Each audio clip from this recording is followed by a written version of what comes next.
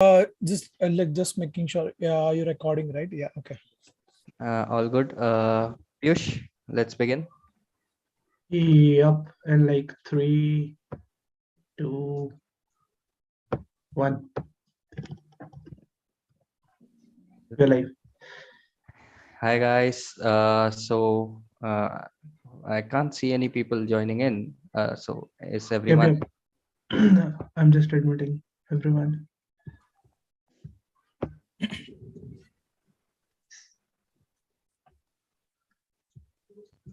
Yep, they're in. Hi guys. So most of the community is our clan members who've already graduated. Vaibhav just so. Hi guys, Manas here. I know you weren't expecting me to show up.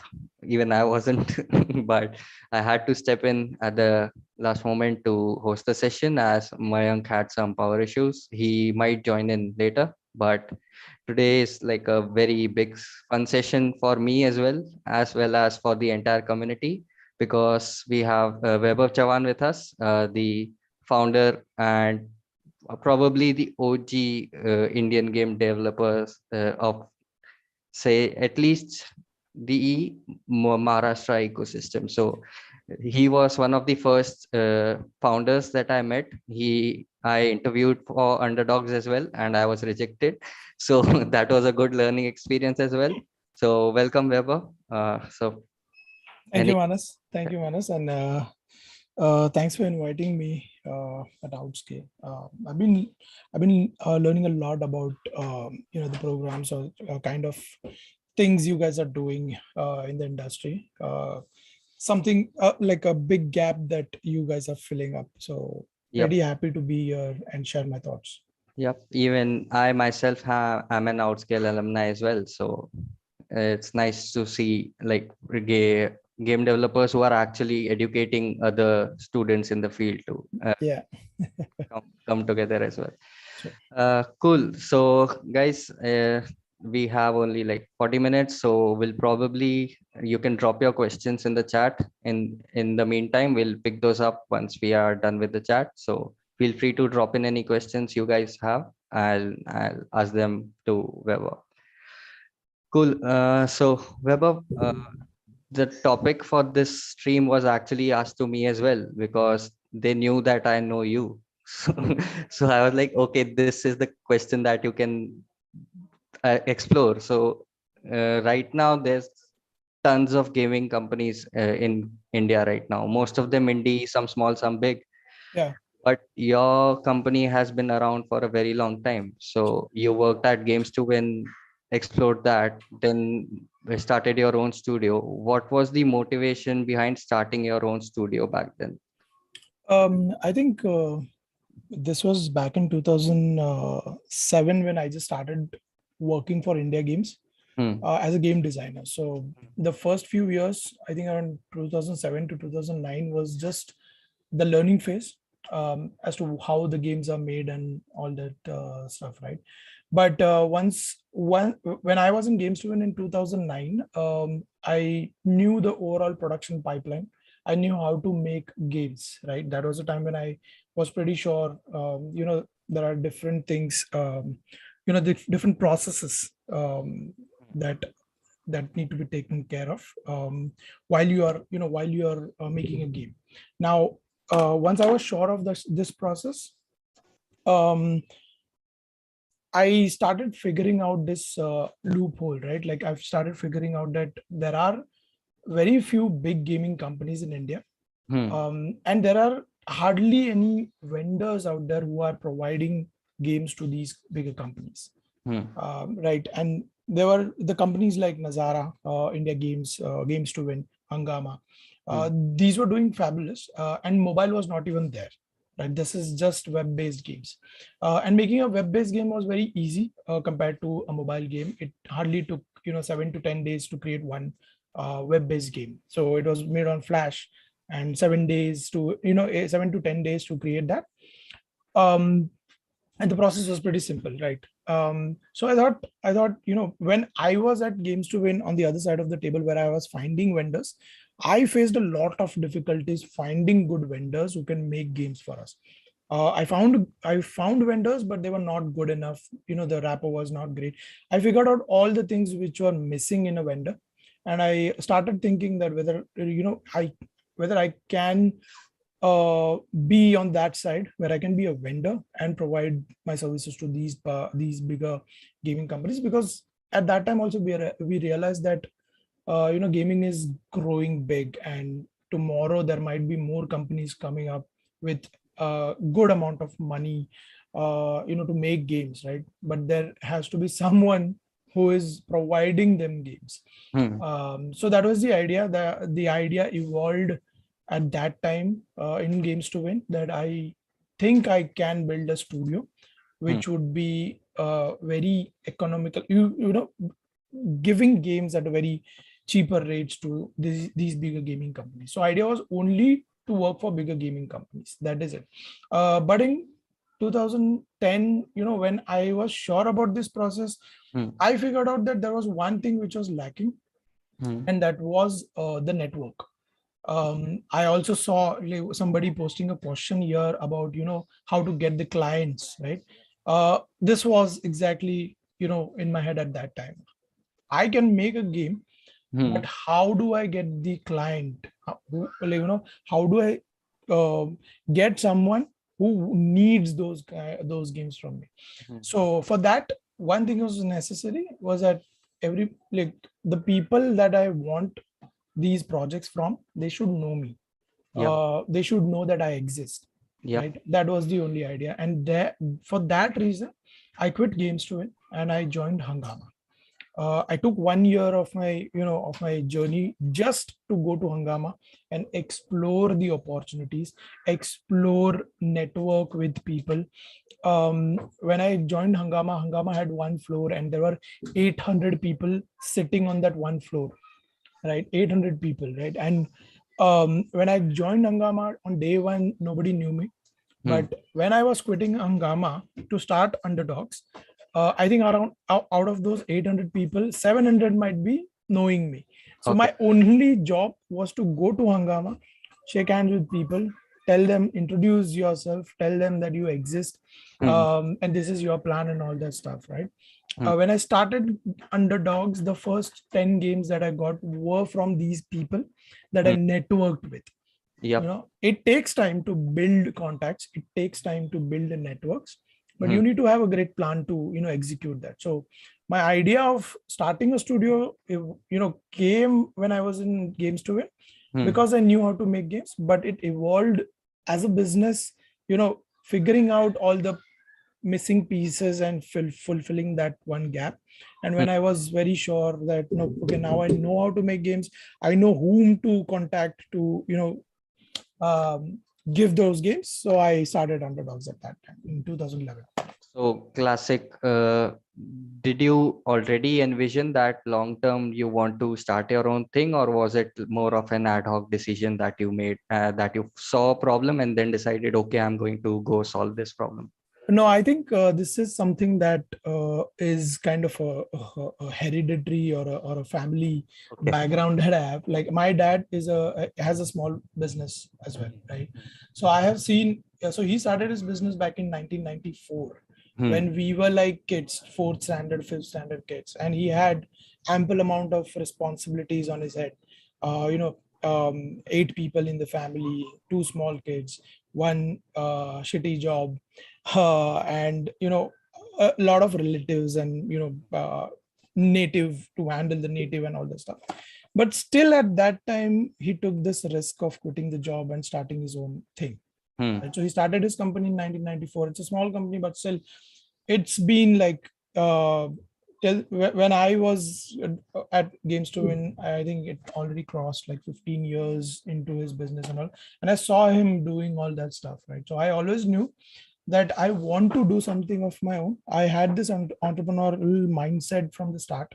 I had this leadership quality while I was in college, and in my academics as well, because I was more into cultural activities, theaters, managing stuff. That was my sector. That was my genre. I used to dominate that side. So I knew I wanted to start someday, But to start that, I also knew these are the things that I need to first learn, understand. So that is why when a lot of people ask me whether I should directly start or do some job first, I would, hands down, I'll just say that first just go to anybody who is already doing it, learn the tips and tricks, Yep. then start your own thing. Yep. Same thing with me as well. I'm also a Sindhi. My family has like a business. I'm the third or fourth generation. So my brother is currently handling the business, family business, and I'm just trying to explore the industry and then eventually probably start my own thing as well. Yeah.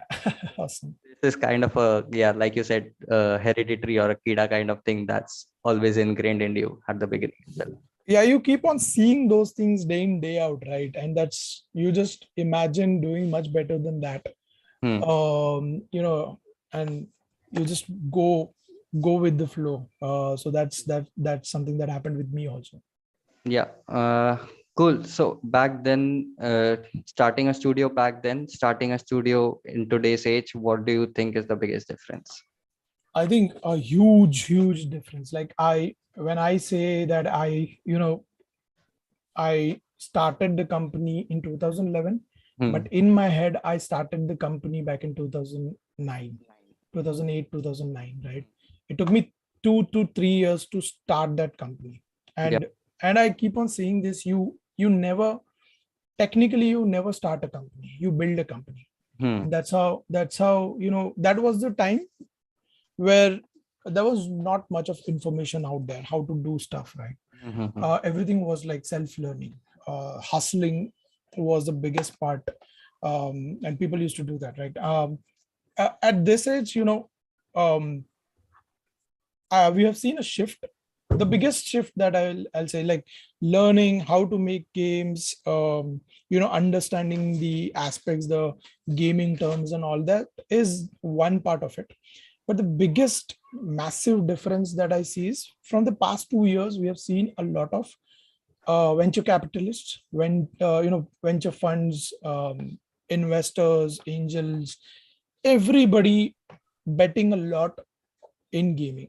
Right. And that's a huge thing for the industry, because 2 years back, up until 2 years back, they didn't have this confidence in gaming companies. We were still making games, we were still doing good, but it didn't translate really, because the investment fraternity didn't see any kind of case study. Vaibhav, your camera is turned off. Someone like it gives me a message that you cannot start your video because the host has stopped it. Okay. Oh, Piyush, something happening? No, I don't think so. Yep. Oh, it's back. Yeah. So the funds, the people who had enough money, who can bet in gaming, they didn't see any kind of case study. Right? No company took some money from an investor, converted into a massive success, and then people started believing in it. That wasn't happening till before pandemic. But after pandemic, there were a lot of things, a lot of gaming companies started raising funds and all. So I see a big shift in the belief that everybody, even who are from non-gaming background, believing a lot in gaming.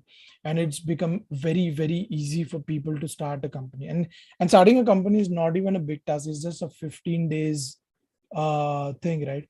You need to figure out how to run it as a business, how to make money from it. A lot of people, a lot of youngsters that I meet today, they just worried about registering the company, nothing else. They are just worried about how to register a company, how to start my studio. You don't have to, technically you don't have to. Instead, what you need to do is just try and build a game. If you're spending 2 months in that game, just imagine spending 2 months of time into it. Ideally it would be around 1 lakh of your personal investment, efforts and time, right, into that game. Just try to make 1 lakh from that game first. Just try to make some money from that game, publish it and do it, and then try to figure out how to create business out of it. Or else, if you're just jumping into B2B, start networking. Just have 4 to 5 people who can believe in you, who can give you work, even if it's like small, tiny job, but they can give you on a regular basis. Not that 2-3 people who want a game, they'll give you a game and then that's it. There is nothing more than that. So you need to think about, say, around 12 to 18 months from now if you want to start a company. Yeah, so stable income is what you're basically looking for over the long term as well with your connections. Yeah, because I think that's the biggest difference. Like I say, at that time information was not there. So our struggle started from understanding the concepts, right? Understanding the tools. 2011 was the time when mobile came in, smartphones came in, right? Unity came in, everything came together and Flash died. So everybody started from scratch. Even the bigger companies started from scratch because they wanted to build games on mobile. We made the first mobile game, and that was Parking Frenzy, which is the biggest success for games to win now. Right? So we were just 4 people sitting in a very small space, and we built that whole game for them at that time, right? Because even these bigger companies, even if they had money, they didn't have enough expertise, because there were no people who understood or had expert level confidence in that tool, in Unity, because it was new, right? So our struggle was first understanding all that thing, and then converting into business, making money, and then stabilizing the business. So I think people who were with me at that time, the other founders from other companies, we just took, say, around 3-4 years to just settle down and understand this whole the sector or the industry. Then it all started. Then everybody started making money with different avenues, doing B2B, B2C, and all that stuff. But now, if people have idea, they can start a company, because there are people who are sitting there with funds. Yep. Right. So this is the biggest difference. You need to be smart, though. Yeah. So can you say the mentality has now shifted from starting off as a service to like full-blown pursuing a product as well from scratch? 100%. At this stage, if you see, if you just take a look at last 2 years investments, you'll see 30-40% of the investments done in the early stage or idea stage startups in gaming, right? So that is the biggest validation that these things are happening. So earlier people need to have great traction, right, on games. If you don't have traction, the VCs wouldn't entertain you. But now, if you have a concept on paper, you can still pitch it to the investors. If they like it, if they like the idea, you can just start it. Okay. So while you were building your own studio, how did you actually go about finding the initial members, first of all, and then recruiting talent for your projects? Again, saying the same thing. It's about building the company, right? I'll just give you a brief of what happened. I started the company in September. I hired my first employee in November, right? That was my first employee. And how did I hire him? I didn't have money. I didn't have enough money to hire senior level people, right? So I needed an artist. I went to a local institute, right? Just a very small local institute who teach art tools, right? Like Photoshop, 3D Max, Maya, all that stuff. I went to the institute and I told them, send me your best guy. I want to hire that guy, right? So they sent me this guy, and this guy came. I had a company, like I mentioned, my father had a business, right? Like he has a business, and it's like an industrial estate where it's all mechanical workshops and everything.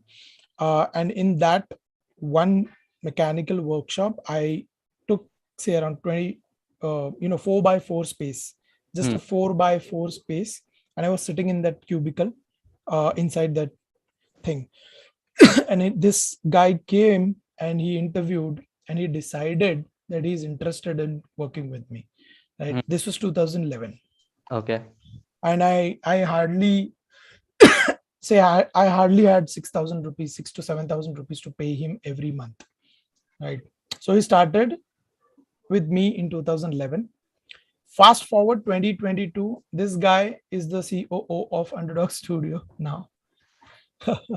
He's with me for last 11 years. He grew and he's an amazing guy now, and I can bet on that guy. Similarly, there was the employee number 2 that I hired, exactly the same process, just a different source, and he's still with me.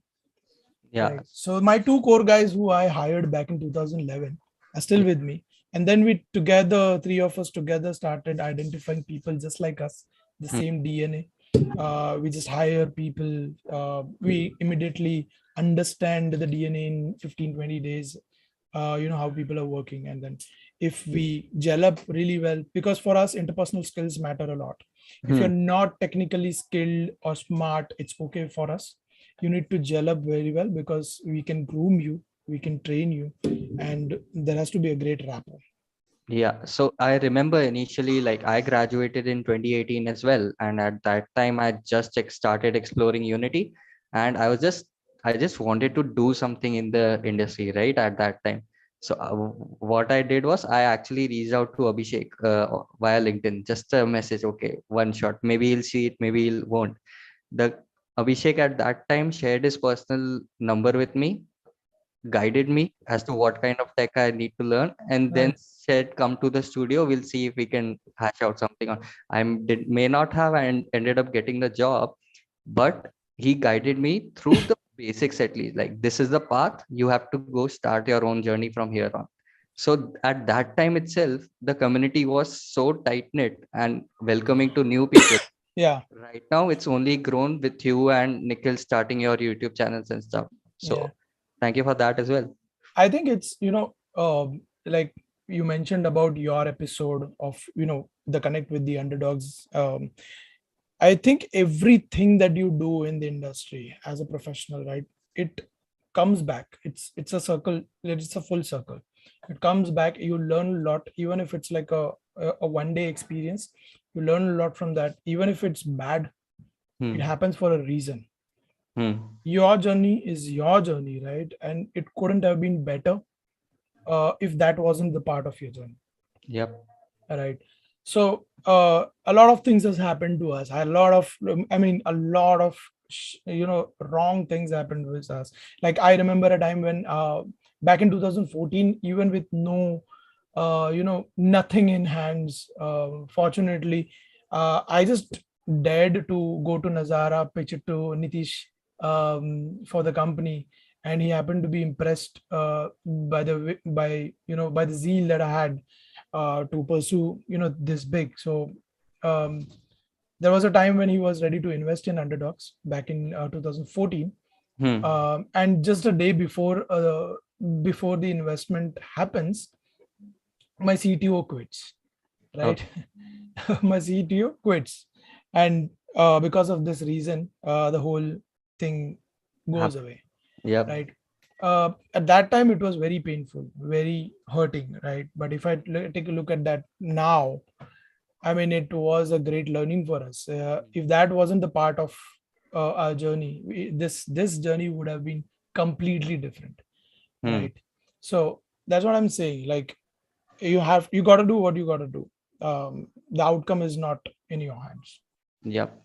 So lots and lots of questions coming in. I guess I need to take a break from mine, and let's get to the community questions first. I'll start off with, we already covered the client aspect, I guess. I'll just add that I add 2 more points to that client thing.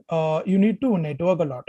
At this point of time, Discord channels are working really well. Just try and get to every Discord channel, keep talking to people, collaborate with people on Discord. Then there is a biggest event in India that happens, which is called as IGDC, that happens in November. Make sure you attend IGDC, whether if it's physical or online. Just make sure you attend it, because it's one of the biggest events where everybody from the industry is there. Just start sharing your contact, sharing your information. Tell them you can, for the first initial jobs that you do, even if it's small, try to do it for free, just to build your portfolio. There are a lot of things that you can do. Discord channels, like I mentioned, is one of the top. There are Facebook forums that you need to search and join them and start conversations into that. So just start collaborating with people. You will automatically increase your network. Also, don't forget to use LinkedIn, because it's one of the top platforms right now to be on. Forget Instagram, forget Facebook. Just focus on LinkedIn, polishing it, and just get going, because you may get a lot of opportunities on LinkedIn itself. I'm smiling inside. Like, my students know the people that I also teach and mentor. Like, every day I just put one LinkedIn post out saying that you've progressed just a little bit. Share a video, share a snippet, just showing that, okay, this game doesn't work completely, but I'm working on it at least. So yeah, LinkedIn again, thanks for reiterating. When making indie games, which platform can we focus on, and what can be the monetization strategy? Is it good idea to make game mods or make my own game? See, this is a very generic, vague question. There has to be a lot of analysis before you jump into a game. Because you need to make sure, end goal is to make sure that you make money out of that game. If something is not working, just move on, because if you have that product ego, if you have that love for your product so much that you can't let it go away, and you know that it's not going to work, but still you want to work, then you are just wasting your time, right? So you need to research a lot about what genre, what platform, what could make you money first, and then focus, jump onto making that game. If you ask me what platform works, every platform works. It's just you need to do your own research.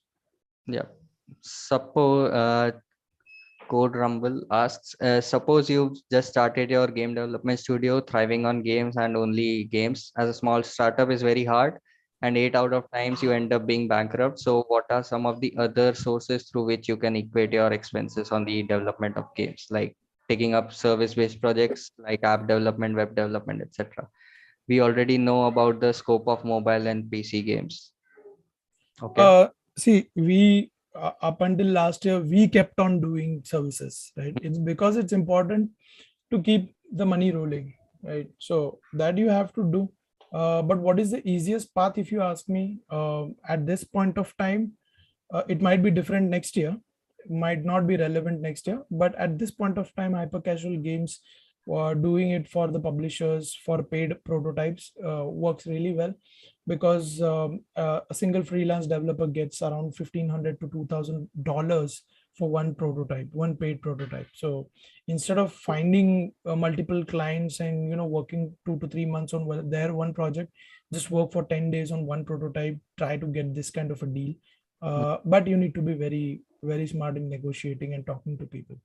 Yeah, and that I guess will come over time, but you have to start somewhere. True. How much time can we put on one game and how to make game art? It's again a very broad question, I guess. Yeah, but just to add to this, when you have an idea, just don't jump into making it. Write it down on a paper, write a proper scope of it, and this is it. Like, this is what I'm trying to build. Because once you start building stuff, you keep on adding stuff. You need to know when to stop. So you need to build a scope first, define the timelines, start working, and end it. The best game that you make is a game that you can end well. So in general, also, we've noticed a lot of our students start their own projects. They do a prototype, but when you ask them to create multiple levels and finish the game off, that's where they either slump off or they just say, okay, I need to move on to something new. Yeah. Start with very small game first.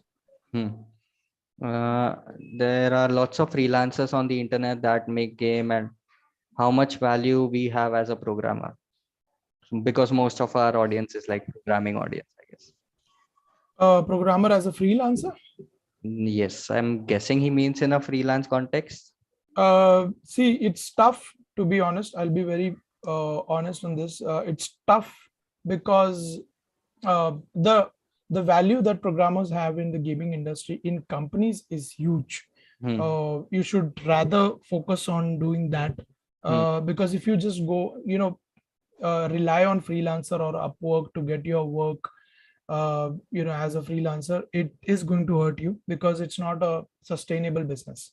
It's sometimes you might have work, sometimes you just, and at this point of time, I don't think there are a lot of people, a lot of gaming companies who rely on freelancer and Upwork, because they have good developers in reach and cheaper rates. Like if you see Western publishers, they rely a lot on Indian developers because they are very cheap compared to other people. Yep. Right. So they try to keep on, they keep a track of people with 2 to 3 people studios where they can give them a consistent workflow.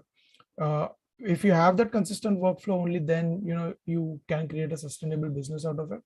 But I would say to focus on a in a company as a job first, and meanwhile then you probably can build it over time. When you were starting the company, how did you hire people? Because if quality is high, salary is also high. And this, I guess you kind of answered it, but just to elaborate a bit on this. I'm like I when I try to talk to people for the first time when I'm interviewing them, the only thing that I focus on is the interpersonal skills more than the technical skills, because technical skills are they are at my stage, they are filtered by my people. But the technical skills are a must. You need to have that. If there's no if you don't have that knowledge, then you don't even fit to the role, right? But even if you have like basic understanding of what the job role is, on top of that, I focus more on the interpersonal skills, like you need to be very passionate about this field, because at this point we say that this is like a very huge industry and it's going to boom, but 2 years back it wasn't this case, right? So it was like 50-50. People might, like, the industry can just vanish or whatever. But that's the first thing is driven, passionate kind of a thing. Good learner's attitude is important. And the third thing is team, gelling up with the team. You can't figure that out in an interview for sure. But that is what we do. Once we start working with the person, we start analyzing the person with that. That's it, right? So for us, we take 1 month. We tell the person upfront that it's going to take us 1 month to at least analyze it. If we feel you're better than what we have imagined, we would give you some positive brownie points on that by the end of the month itself. But if things don't work out, we have that 1 month to just tell you that, dude, this isn't working. So for us, being on the same page is very important. If you give me two guys, one is technically super strong but has no connect with the team and is not interested in the vision of the team, versus the other guy who is more into that dream, the passion, the team bonding and everything, but has lesser skills than this one, I would always choose the second person. Cool. And that, I think, is the mistake I made in my interview as well. If I'm not correctly. At that point, because you're a fresher, right? And you're surrounded by this CTC talk everywhere you go. Because you're in a new field, there is a thought in the back of your mind as well. Okay, I already have a job that's secure. Am I willing to take a risk and enter into a brand new field? I need to secure this as well. So, and that was the mistake that I made as well in my interview, if I remember correctly. Correct. Now I recollect. Yeah. Now I recollect you having a job offer already. Yeah, I did have a job offer at To that. be honest, see, I'll tell you the answer for that. Hmm. It doesn't matter what job offer you have if you have come to a company to interview, right? At this stage you already know a lot of stuff, Hmm. uh, since you've come a long way in your journey. Yeah. But people do this mistake a lot, you are not here to negotiate their time versus your time, right? Hmm. If you already have an offer and if you are not interested coming here, why are you even wasting our time, right? So that happens. And I've seen a lot of worst crowd at this, in the last 1 or 2 years, because the generation keeps on, I think, getting smarter and smarter, Hmm.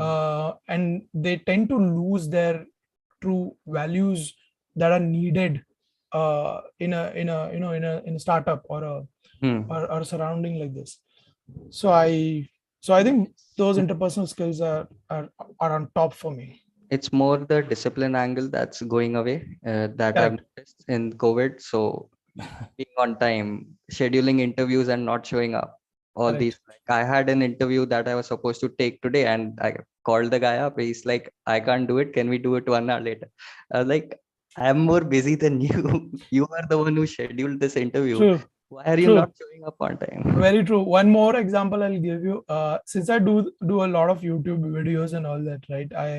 I get a lot of Instagram DMs, right? Hmm. But if you talk to me as a content creator, that's fine, Hmm. right? If you talk to me as a content creator asking for a question Yeah. or a query, that's fine. But you can't DM me on Instagram and tell me, bro, do you have an opening? Yeah. Right? You need to have some ethics if you actually applying for a proper professional job, right? You can't, if you get, also a lot of people make a mistake on LinkedIn itself, right? When you find the person that you're looking for on LinkedIn and he's approachable, Hmm. don't just smash your resume on his face in LinkedIn.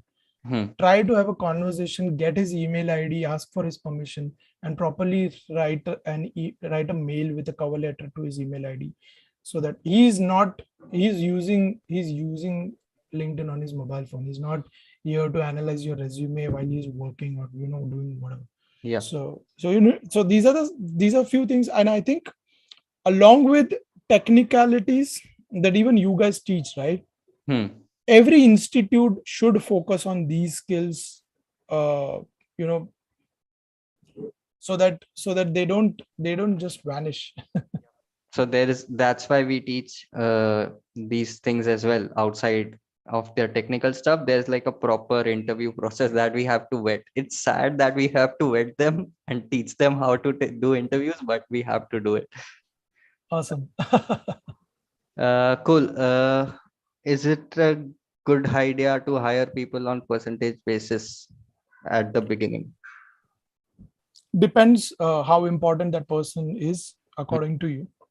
Hmm. If you feel you should go ahead, but if you plan to create a proper company, like a proper startup, I Hmm. don't think it makes sense, because there's something called as ESOP pools, Hmm. which are made for this reason. Yep. If you think someone is important for your company, you can't just give him salary and keep him on board. You Hmm. need to give him ESOPs. Now, what is ESOPs? I think it'll take a lot of time to me to explain it. You can just Google what is ESOPs. Hmm. They are company shares. It's not equity, but it's company shares, which gives ownership to the person. Yeah. To start a game studio, do you? Oh, I lost it. 1 second. To start a game studio, do you recommend to do a job? If yes, is it an MNC or a startup?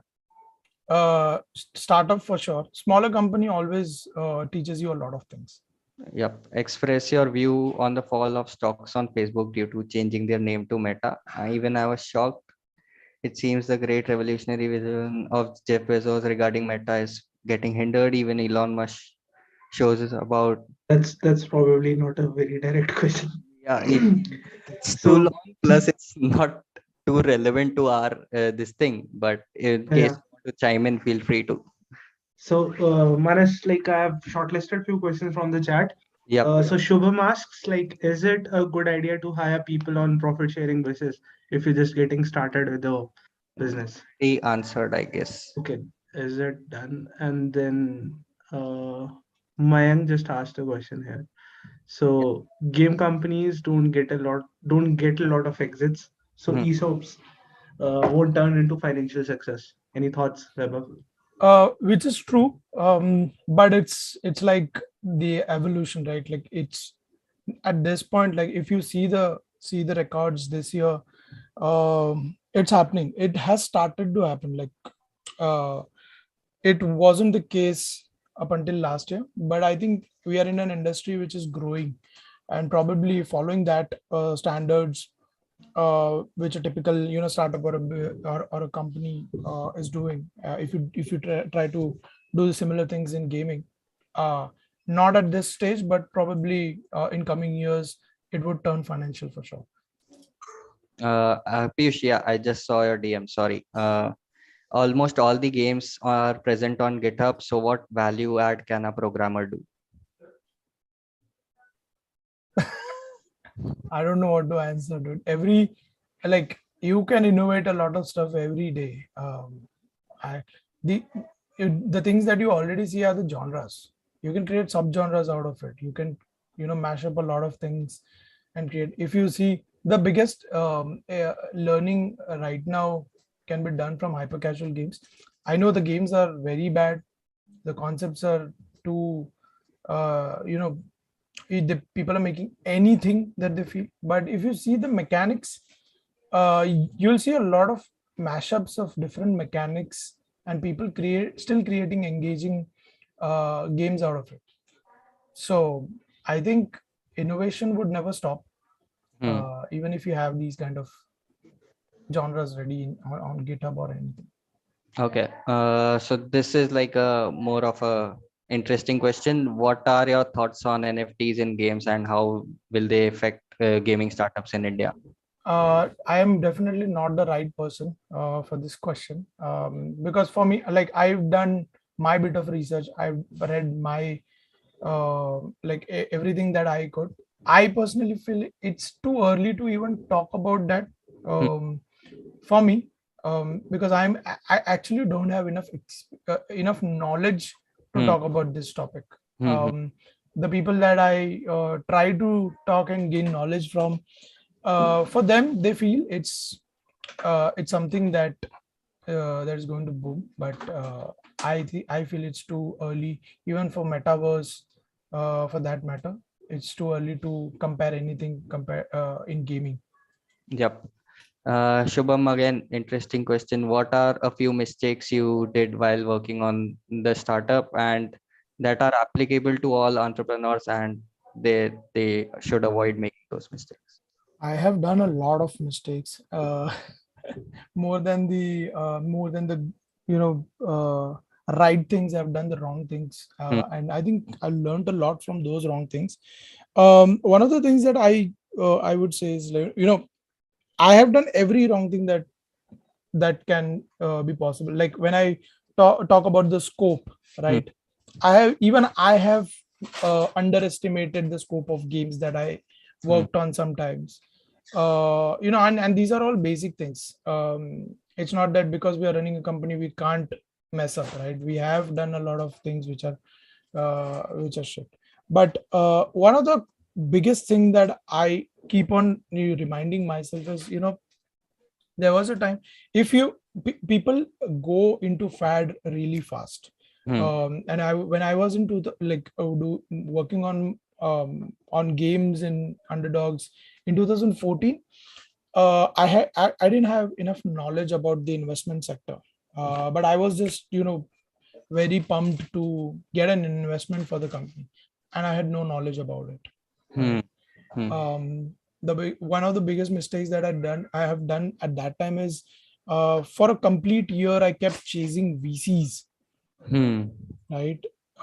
And why I'm specifically talking about this stuff right now is because in 2022 you'll see a lot of young people wanting to start businesses or just games by getting funds from these investors or angels, right?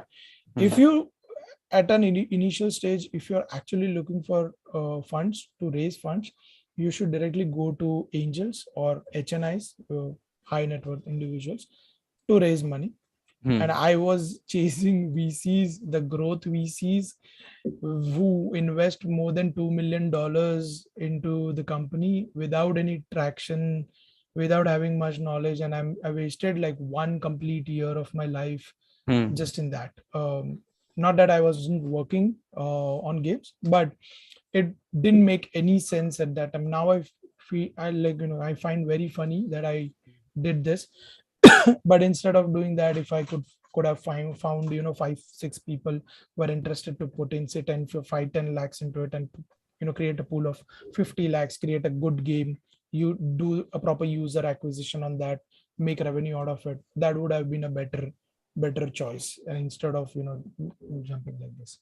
Yep, we're already overshot. So last question, I guess, from I'll pick Mayank's question only. While starting a studio, should you focus on team first or product first? I think it's chicken and egg situation. Yeah. A lot of people start products when they have a good team. When they collaborate, when they happen to fortunately meet someone who shares that idea, shares that passion for that one idea, people start doing it. So I think I don't know how to answer this question, because everybody that I know have a different journey. For me, I happen to build a great team first and then work on the product. For some people I know, they were more into the tech backgrounds, who built something great, and then they got somebody interested into it. So I don't know. I actually like I might sound stupid now, but this is the reality. It just depends on every individual, and things just happen. I don't know. Like, I have seen things happening in the industry, and everybody's journey, everybody's story is completely different from other, right? So it's a great learning out there, but unless you do something, nothing is going to happen. So at least start doing something, start collaborating, start talking to people. You might end up in a situation where you would be a part of some team, or somebody would be a part of your team. Yeah, nice. So too many questions. I guess we did not have enough time. So guys, if there's any more questions, we'll try to have another session like this shortly as well. Thank you so much, Vaibhav, for your time. Nice to meet you again after 3.5 years. Likewise, man. Yeah, I'll keep in touch. I'll make sure I DM you on LinkedIn as well. So sure. Okay. And I tried my best to not move my chair again. Great. Okay. Thank you. Cool, guys. It's okay. Okay, so just to chime in at the last moment, thanks, Vaibhav. Thank you again for joining. Thank you for devoting your precious time. And everyone, like we gave the LinkedIn wala gyan a while ago, I'm dropping Vaibhav's LinkedIn profile here. So just reach out to him, send him a connection request, and also guys, if you haven't subscribed to the YouTube channel, mandatory shout out this is. Yes. Yep. So outside of the YouTube channel, anything else you want to share? What projects you're working on? What UnderDOGS is working on? We are working on a huge platform, but we are not supposed to talk about it right now. Probably in 2 months we would be announcing it.